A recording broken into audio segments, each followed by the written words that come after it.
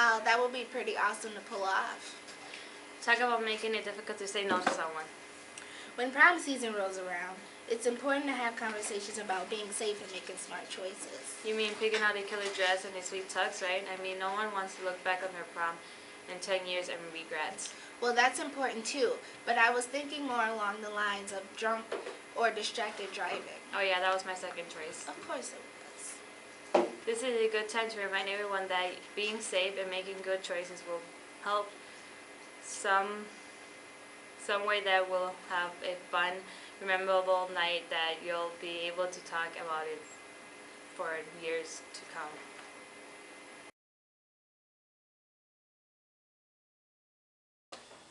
Hi, we're here to talk to you today about teen driving. Many risks involved with teen driving are texting, weather, poor decision choices, and so many more. Some ways to prevent these tragedies from occurring is to turn off your phone before you drive, be careful when the weather is not ideal, take a little extra time to slow down, and just be careful behind the wheel. 36% of deaths due to car crashes are in teens. 44% of teens speak up about bad driving. 56% of teens say they talk on the phone while driving. According to the DMV, teen drivers are more likely to get in an accident than any other age group. In 2010, 2,700 teens were killed in car accidents. And remember, don't be a dumb, distracted driver.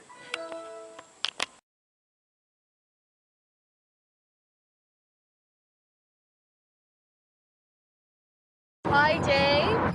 My mate Jules fancies you. Cass. It's not even funny now. Let me just get his number.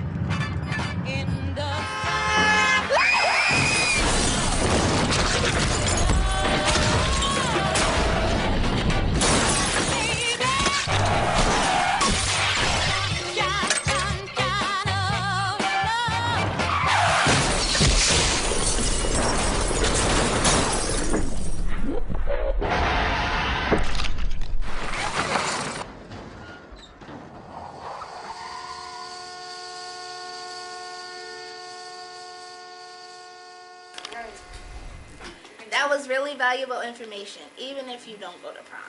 That's right. It's always important to stay focused, alert, and sober while driving a car.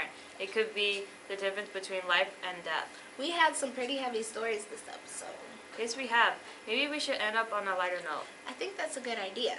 You are looking for a new job, maybe your first job? Maybe you're going to job interviews and you haven't been hired yet. Well, this story is for you. Be sure to pay close attention.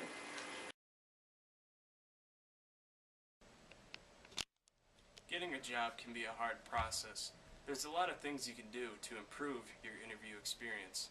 Here's a few words of wisdom from some of the employed students here at Golden Hill. So I'm here with Alex today talking about past interviews he's had.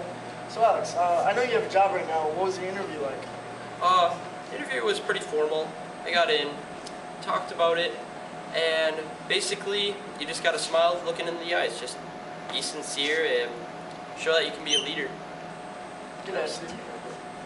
And did you have any follow-up? Like, did you have to call them or did they call you? Yeah, I called about 2 or 3 times just to kind of show I'm interested in the job, you know? Yeah, that's a good thing to do. Yeah. And do you have any advice you could give to people who like have an upcoming interview or whatever? Firm handshakes, a lot of eye contact. Let's see. Basically just be yourself. Alright, thanks. Good luck at your job. Yep, thank you. Today we're here with Mr. Molly and we're discussing jobs in the interview process. So Mr. Molly, how many interviews have you been through so far? Let's see, probably overall from probably one of my first job to this last job, probably about 7 or 8 different interviews. Maybe a few more, but those are the ones that I can remember. Major interviews. Sometimes I've had like follow-up interviews too that go on, so you know, a lot of jobs you'll have an initial interview and then they'll ask you to come back and do a follow-up interview also, so I guess you could count, you know, probably more than 7 or 8, probably like 10 or 11 if you do the follow-up kind of interviews. So. What factors seem to recur throughout those interviews, deciding on if they would employ you or not? You know, one of the things that I think knowledge of the job that you're applying for.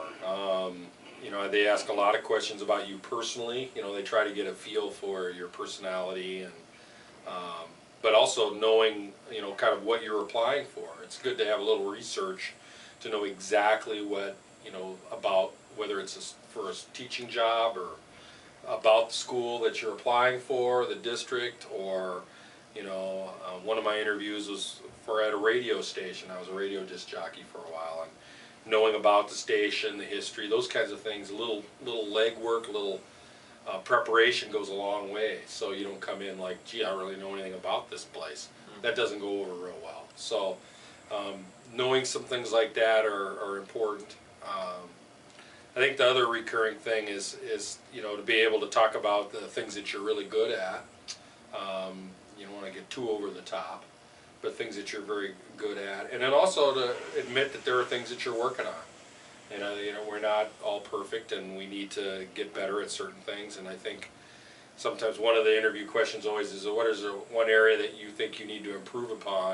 And I always think it's important to at least be honest enough to say, well, you know, I really need to be more organized, or at times, you know, to talk about that's an area that I need to get better at. Instead of saying, oh, I'm perfect, I don't have anything I need to get better at. That doesn't, everybody has something they could probably improve upon. So those are common recurring questions that are often asked. You know, I think the other thing too is that's really important, that I think for young people when they're applying, is how they appear, you know, their appearance. I think a lot of times kids will just kind of come in wearing what they wear, and I think it's good to, you know, put on decent clothes, you know, fix yourself up a little bit, you know, not necessarily wear a suit and tie, but to at least look appropriate for the job that you're applying for. If you're applying for a welder, maybe you wouldn't necessarily wear a suit, but, you know, for other kinds of jobs, it would be important for you to look decent that way too. And, overall, what would be your best tip you could give prospective employees, people looking for jobs?